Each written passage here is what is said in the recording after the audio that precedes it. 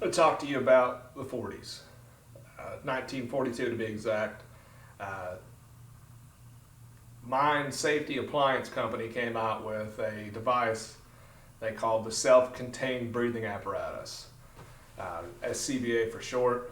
It was developed for mine safety, like the actual going underground mine for diamonds, coal, ore, just hard materials, and has since been taken into the fire service, hazardous materials, radiation, and many more aspects we won't get into here. The way it worked was you had a mask on your face that sealed perfectly around your head with rubber, and you had holes for your eyes that had little plexiglass in it or some kind of thick plastic in there, and then a hose that went down to a canister that you were wearing just like a backpack but having it on reverse. And then there's this canister that's sitting here, and on the other side of the canister was another hose. And what it did is when you exhaled, the air that you were exhaling was carbon monoxide rich, and it would have a chemical chain reaction inside the can with the other chemicals that were in there, and it would off-gas oxygen, and oxygen would then go back up, and it would just be a continuous cycle. The only problem is no one knew exactly how long it would work on that cycle. The average person that was trained in it could do it for X time, but depending on training levels, fitness levels, and how comfortable you were inside of the mask and the other gear, then you didn't really know how long it would last. And there was no gauge to tell you how long it would last. But on average, it was anywhere from 15 to 30 minutes. So the current applications for this in the year 2016 are mine rescue, structural collapse, underwater, fire service, confined space, oxygen deficient atmospheres, just to name a few. I'm sure there's many more.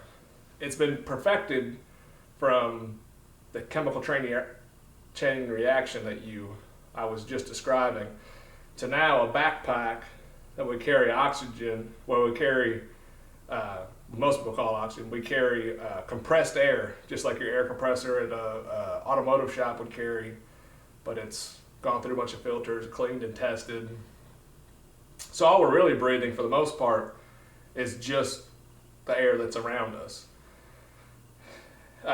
There's been a bunch of different things that have happened in the face piece. We no longer reuse the air that we were expelling for the most part. We now expel it out into the open atmosphere, but that doesn't really matter.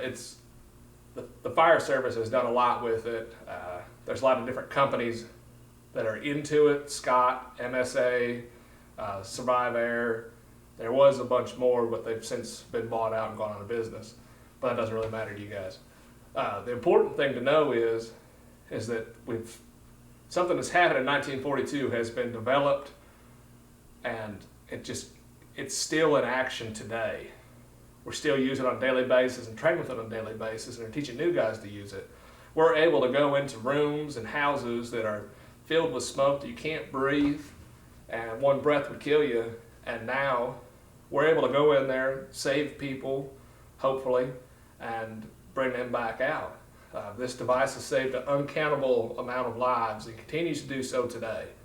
So that's why I chose the 40s as being a very influential on me and as a society in general, not just ours, but worldwide. People in China, Europe, Russia, South America, North America, all over the world, in Australia, we're all using the same basic equipment, but it all has been adapted to what our laws are. But MSA has done a good thing. We still use MSA to this day, and I'm very thankful for it.